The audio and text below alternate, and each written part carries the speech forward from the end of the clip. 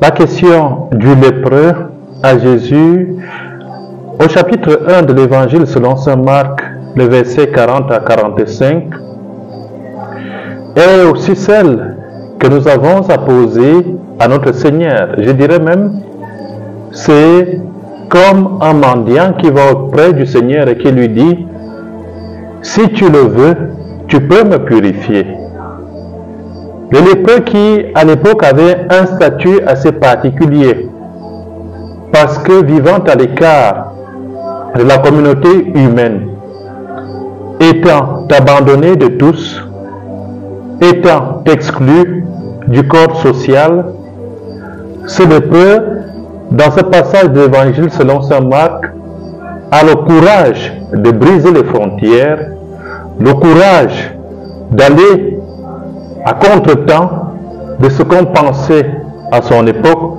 le courage de mettre entre parenthèses, entre guillemets, certains principes qui consistaient à exclure les pécheurs, disait-on, de la communauté des êtres humains.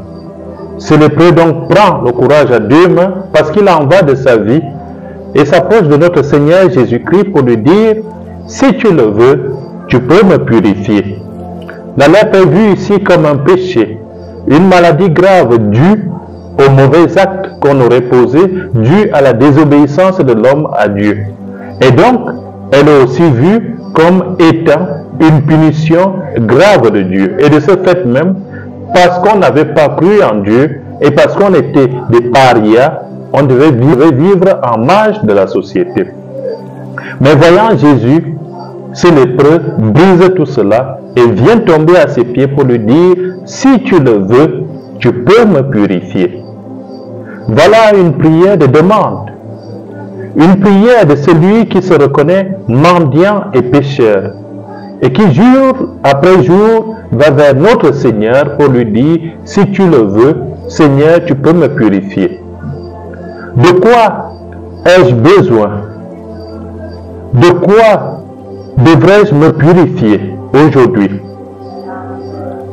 Qu'est-ce qui, en moi, justement, m'a mis à l'écart en marge de la société et qui demande le secours de notre Seigneur aujourd'hui? Qu'est-ce qui, au plus profond de mon cœur, qu'est-ce qui, dans ma vie entière, m'empêche d'être proche de Jésus et fait de moi un paria?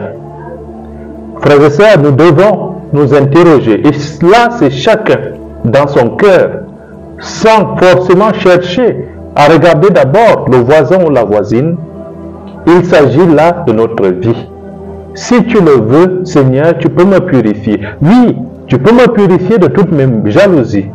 Tu peux me purifier de toutes mes méchancetés. Tu peux me purifier de tous mes manques d'amour. Tu peux me purifier des paroles blessantes. Tu peux me purifier du mauvais cœur. Tu peux me purifier des désirs impurs. Tu peux me purifier de la colère, des colères. Tu peux me purifier de la paresse. Tu peux me purifier de la gourmandise, des beuveries. Tu peux me purifier d'une vie malsaine. Oui, Seigneur, si tu le veux, tu peux me purifier. Et naturellement, divinement même, le Seigneur étend la main vers le lépreux, il va le toucher. Un autre geste qui était interdit à cette époque-là. Toucher le lépreux, c'était justement prendre sur soi le péché du lépreux.